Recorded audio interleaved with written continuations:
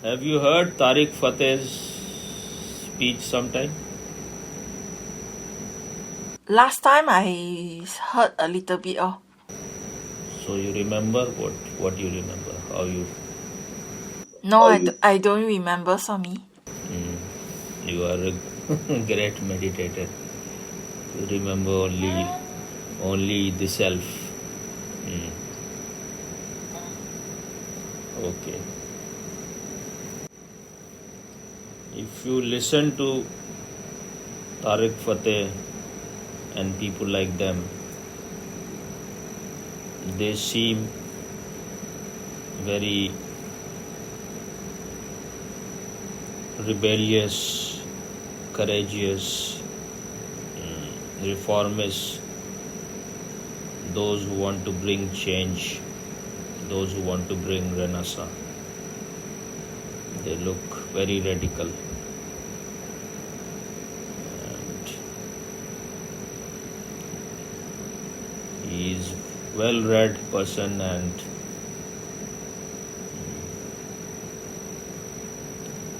he has his own style which is quite appealing and juicy. When he talks about Islam, it looks like a kind of fresh air, and he's is not like mullahs, those people who are just a frog in the well. Those people who have nothing new to say. Everything is totally rotten and smells bad.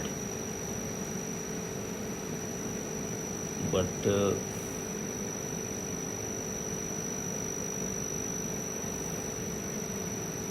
when you observe them more deeply,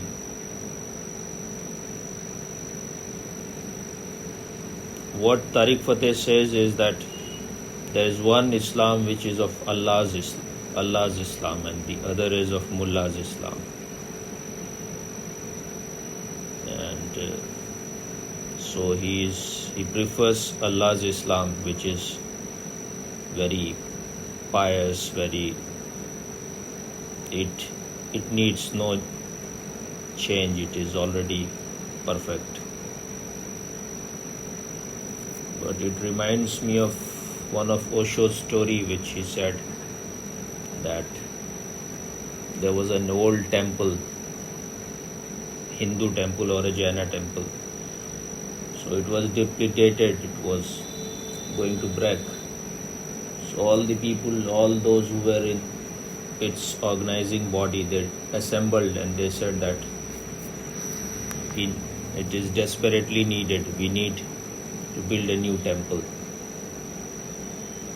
But they had their emotional involvement with that temple. So they said that we will use everything from this temple, or the iron, the stone, the bricks, everything will be used from this temple. And then they became more and more emotionally involved, and then they said that as long as the new temple is not built, let the old one continue. So this is their attitude also. Those who looks quite like they are for something new. But why we have this, why we cling so much to past, why we cling so much to something which is where we are born. It is like our heritage, inheritance. It looks like our property, and we cling to it. It is because the ego is involved. You think that you are born in this religion. So because you are born in this religion, then this religion has to be the very best. It cannot be even the second best, because you are born in something. So this has to be perfect. So whether they say or not, all the Muslims believes that this is the very best religion. All other religion,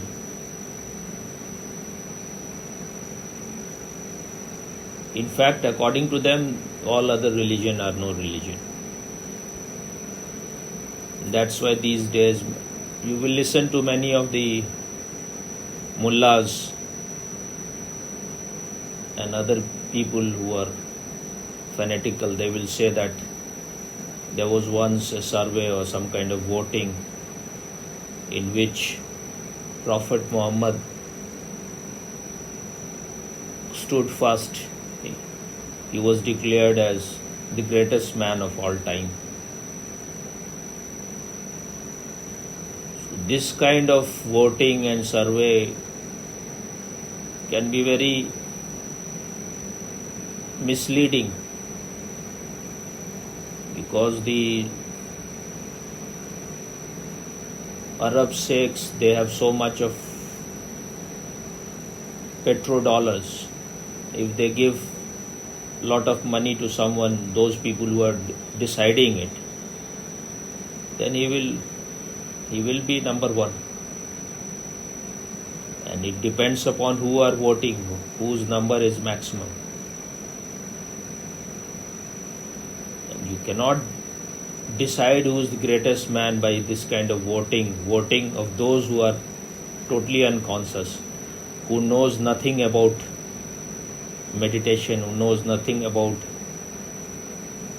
inner life, who have not tasted anything of what consciousness is. How can they decide? So people like Tarek Fatah, they look very sweet, but they are like sweet poison. And he will always say that in Quran it is said the greatest thing, the most significant thing, the most valuable thing which Quran says to its follower, that you should always speak truth, whatever the situation is. And he goes on saying it all the time. But how can you speak the truth if you don't know what truth is? To speak the truth, you will have to become truth. But people have this illusion that they can speak the truth. They may remain in the lies, but they can speak the truth. Speaking is a very superficial thing. First, you have to enter into your very depth, and there you will have to find what truth is. Truth cannot be in any book, whether it is Gita or Quran, or truth has to happen within you. And a person who has any side, who is already prejudiced, who has a preference, how can he know what truth is? To know truth, you will have to become totally blank. You will have to become free from all ideas and ideologies. You need to have no idea. You need to be in a state of no mind. You need to be in a state of not knowing. If you have already concluded, if you already know what truth is, then your truth will be only your belief. It will be only that which you have been fed upon, which you are programmed, which is your conditioning. So how can you speak the truth? For speaking the truth, you need total transformation. If it has not happened, you can never speak the truth. So, but it looks very appealing, very charming, very attractive, that you are for the truth, you can fight for the truth.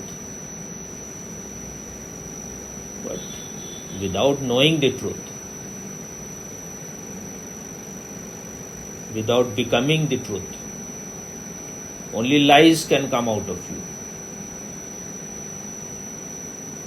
And these days there is a tendency they have to, it is not even when I was a child, because I had Muslim friends, they had told me this story that Muhammad was so compassionate, so loving, that one woman will always throw garbage over his head when he will pass through her lane or her home, and he will never react. He will just clean his all those things which she had thrown on him, and he will just go. And one day she didn't throw, so 2-3 days she was not throwing. Then he became very worried, what has happened to this old woman. So he asked the people, they said that she is sick.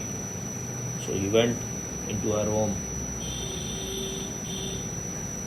and he took care of her, and then maybe she converted into Islam. But these kind of stories you can go on inventing. This is not written in any of the old books. It is a very story invented in Indian subcontinent. Because we have great stories of Buddha, Krishna, Mahavira, so they have to invent something. It is not in their authentic hadith, not in Muhammad's biography. Nowhere it is there. It is a very new stories invented by Ahmadiyya sect. And this is the only, most of the time, this is the only good thing they have to quote. But then you have to see, there are so many stories about him which is very third rate, which shows him in a very bad light, which makes him a very unconscious person, which makes him very cruel. So either you have to tell that all those stories are invented, these are all lies, but then you are the greatest enemy of your own prophet. You have invented all these stories just to serve your own business interest. You have invented stories where he used to visit all his wife in the single night, 9 or 11 wife, whatever. Because you desire the same thing. So if your prophet was doing those things, then it is perfectly justified. You can also follow him. So all these stories of 72 hoors and all these luxuries of paradise, it is all just wish fulfillment tree. You want all those things which you are missing here, so you have invented, or you tell all those things to your blind followers so that they remain inside the fold. They don't leave. That this life is only very small, and then you will have eternal pleasure in paradise if you follow all these nonsensical teachings. But the real thing is that when you say these stories, the real thing is the teaching, what is written in the Quran. If you compare it with any great scriptures of India, like Upanishad and Gita, or if you compare it with Lao Tzu's words or Zen, these are very just nowhere near it. They have reached to the height of consciousness, to the very peak of consciousness, which you will never find in Quran. And there is so much contradiction in what they say. They say something and they do something totally different. They say that Allah is Rahim, Rahman. That means He is very compassionate, very loving, very caring. And what they go on doing is in His name is totally opposite to it. It is totally not at all compassionate, not at all loving. In the name of Allah, they are just doing all kind of violence, all kind of cruel things. So there is so much contradiction. And if Allah is Rahim and Rahman, so compassionate, then they should also show some compassion. This woman, Nupir Sharma, who said just things which were only written in their book. Now the whole Muslim world wants her head. They want her to be in jail, or they want her to be hanged, or they want to rape her. What kind of compassion is this? If they have understood even little bit of religion, they should say that she has said nothing at all. And if you listen to anyone, whether it is Hindu anchor in news channels or Muslims or anyone, most of the people, because most of the people are all very political, quite hypocritical, very cunning and clever, very calculative. So they will all say that what she has said is not right at all, but the court will punish her. It is the FIR has been already lodged against her, and BJP has suspended her. So what more you want? But they are all that FIR has been lodged, so court will decide. But if you see any woman anchor in the television or anyone, they will most of them will say that court will decide. But what you want the court to decide? She has just said 2 sentences, and that also written in your own scriptures. Then why you want her to be punished? Being a woman, you should at least say that let her be forgiven, though she has not done anything that should be forgiven. That shows how idiotic and how stupid these people are, that they are all the time interested in something negative, something violent. They want to kill people, they want to destroy people, they want to rape people, and they think this is religion. Otherwise, if they have even little bit of little bit of change has happened to them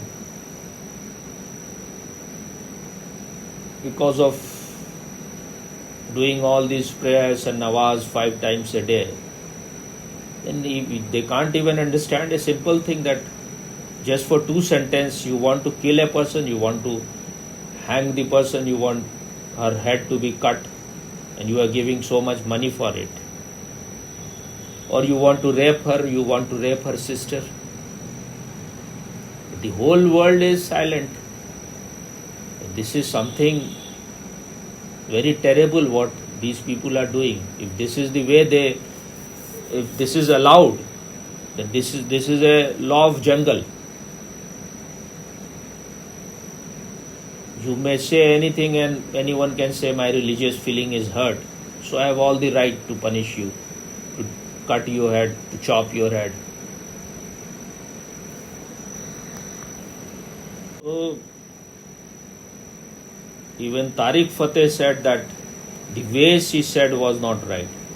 But when others are throwing stones on you, they are abusing your religion. She is also a normal human being. Then you will become little excited. So he should have said it. If he said that Quran says speak the truth, then he should have spoken the truth. That what you are doing, you are just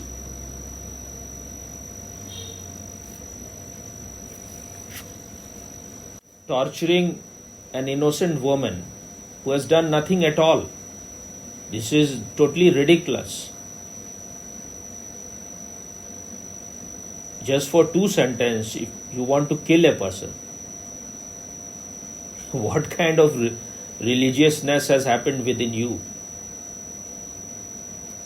The whole world should ask, what are you living in 21st century or are you living in a stone age? That you cannot even tolerate 2 sentences. That shows how shaky your religious foundation is. You cannot accept other that everyone knows, but you cannot even tolerate little bit. That shows how serious, how dead serious you are. And seriousness is the basic disease. And there is one Indian man, and first let me finish. And people like and Amber Zaidi, they show that they are very sweet and they are very like they believe in a very reformed kind of Islam, very pure kind of Islam. But even she says that the case is in the court, so court will decide. No one has the guts to say that what you are doing, you are destroying the life of a woman, her whole family. And what is the reason and logic behind it? It is because they want to bring the law of Sharia in India. That's why they are making all these hue and cry, all these noises. That there should be law for blasphemy.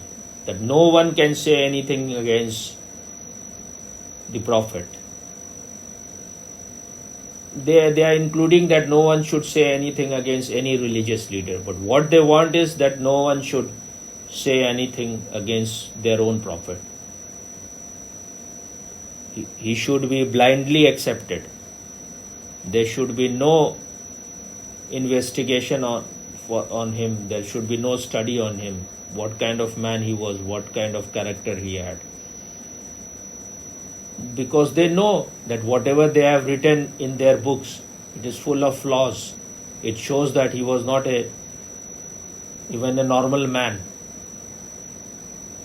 But they cannot accept it because their ego is involved. And there is one man from army, is retired, Major Gaurav Arya. He is a very straightforward man. He says things very clearly. But when this was the question, then even he was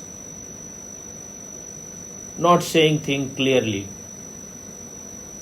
Because no one wants to destroy their relationship with their Muslim friends and they don't want to hurt others because they can be harmed. So he was saying all religions are equal for me.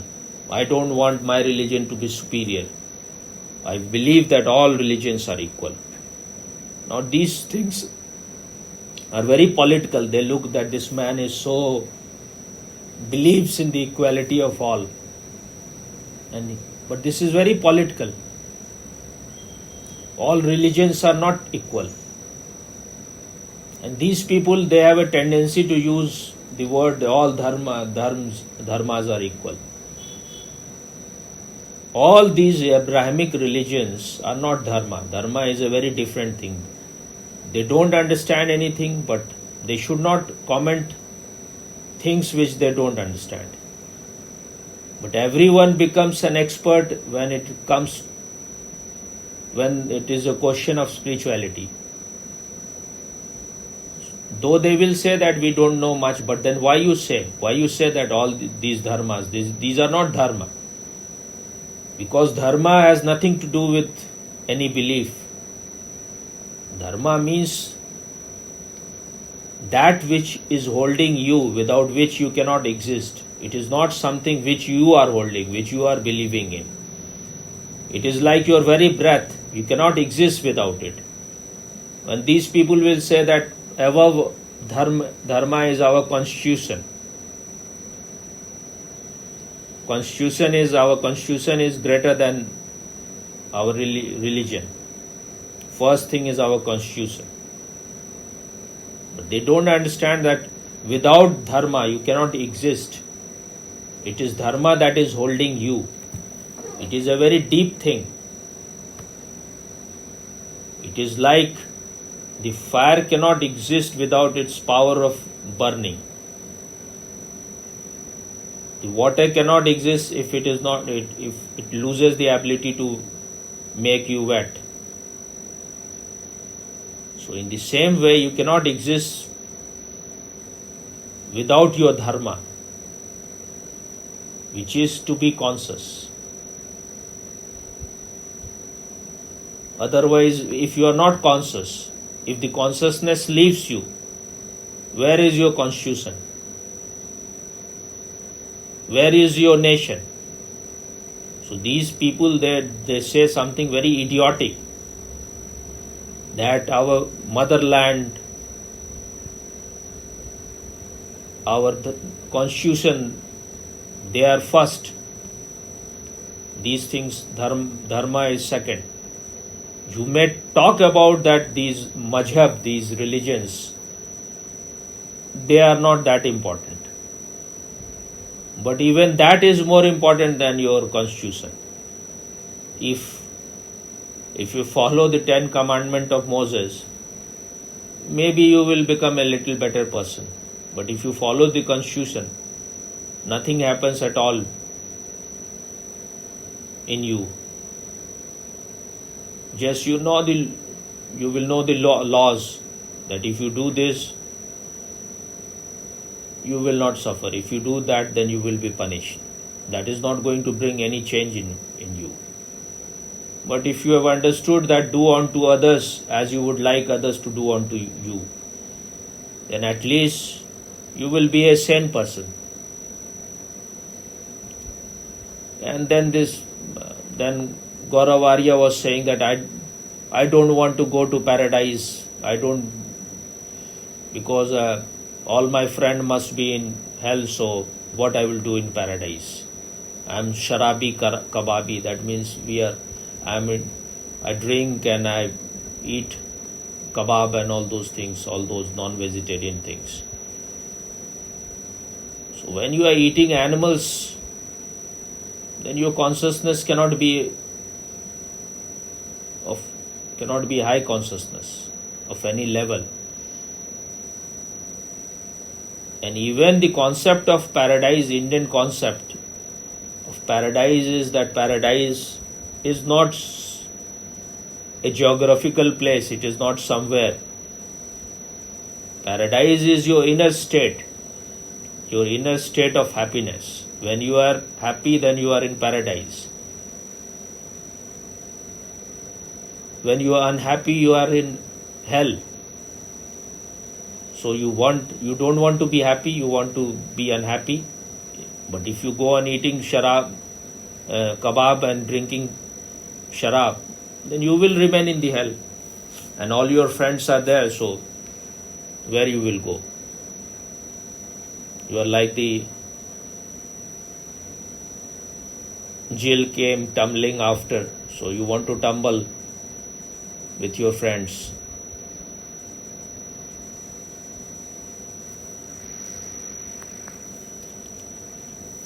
And he said that it looked very like he believes in justice. He said that what Nipur Sharma said, she should not have said. But she was provoked. So if she is hanged, if she is killed, then all those people who have been saying all these things should be killed. But this is not at all human. For saying things, no one should be killed. And what she has said, she has not at all insulted anyone. You are just taking it in that way. She has only quoted your scriptures. And she has not at all used, nowhere she has used any abusive language.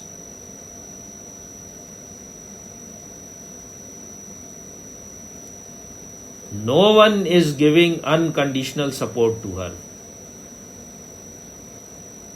That she has done nothing wrong. There are few people who have said that what she has, especially ex-Muslims have said it. And I feel these ex-Muslim like Shahil and Samir and Azad Ground and people like them, there are many, almost so free, there are so many. These people are more genuine. That's why I feel that what Osho said, that those who are atheist, they are more authentic compared to those who are theists. Because theists, they believe in something. If you know something, you need not believe. If you know that the sun is there, if you know that you are a man, then you don't need to believe it. You believe only in lies. So all these people, all these believers, if you scratch them little bit, then their reality comes out. And even Hindus now, they're becoming more and more fanatic and blind there. And I think when they will get more power, they will become more fanatic. So it is Islamization of Hindus is happening. Because to remain on high, you need tremendous effort, and to fall down, you need to do no effort. If you are just doing nothing to change yourself, to transform yourself, you will be falling down. You cannot go up. Okay.